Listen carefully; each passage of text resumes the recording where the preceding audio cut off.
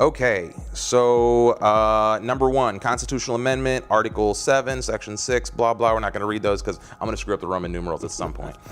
Increase homestead property tax exemption. Proposing an amendment to the state constitution to increase the homestead exemption by exempting the assessed valuation of homestead properties greater than $100,000 and up to $120,000 for all levels other than school district levies. For all levies other than school district levies. The amendment shall take effect January 1st, 2019. Right. So in layman's term, do you want to tell us what the heck that means? Yeah. Okay, so people who are permanent residents in Florida and own a home get a tax break, basically, and it's called a homestead exemption. And what it means is right now, the first $100,000 of the value of your house basically doesn't count towards your tax bill. And what this would do would raise that number so the first $120,000 doesn't count towards your tax bill. So it's a slight reduction in property tax bills for permanent residents in Florida. Yeah.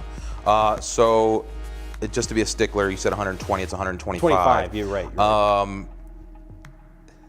So this is, what are people, I mean, this seems pretty basic, right? Like you're getting an exemption for the first 100,000, now you get 125. What does this do? I saw it does reduce an estimated $650 million in local tax revenue. So what are the pros, what are the cons here? So they took schools out of it. So all the levies that you pay for schools are totally unaffected by this amendment. But there's a lot of other, the state gets some money, and then cities and counties get revenue, counties primarily get revenue from these property taxes. So because this is a small break for property owners, based on the idea that property values have gone up, so we should increase the exemption a little bit, is predicted to reduce some of the revenue that goes to counties by, like you say, up to a total statewide of a little over 600 million. That's a guesstimate. We don't really know what'll happen because, you know, if you think about it, the poorer counties who are more hurting for money tend to have lower property values, so the effects will be smaller there.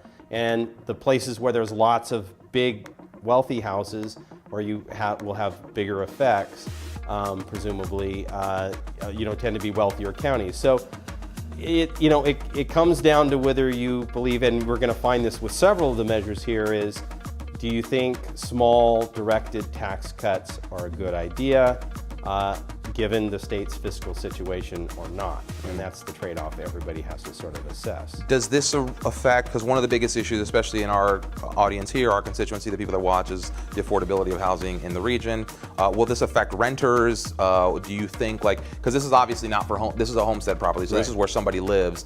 Does this affect people with multiple houses, with people that live out or inside of the state?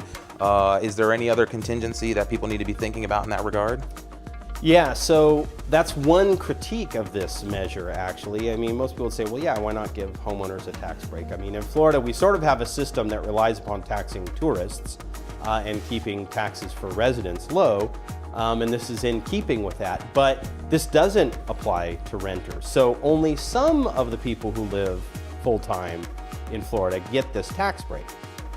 The others, if you're a renter, if you're not a property owner, you don't benefit from this. Sure. Now there is another measure that addresses that, so maybe overall it all adds up.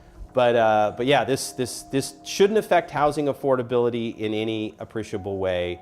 It won't affect housing prices in any appreciable way.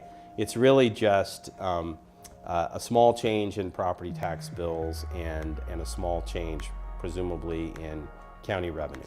And there's no catch-22 here. If you vote yes, you are voting to extend the extension and offer the tax credit to the homesteaded property owners. If you vote no, then you're voting against it. That's right. There's fortunately, that part is straightforward, yes. Yeah, sometimes that can be confusing, right? A lot of times they do the double negative situation or something, but that's not the case here. So that is Amendment 1. Goodbye.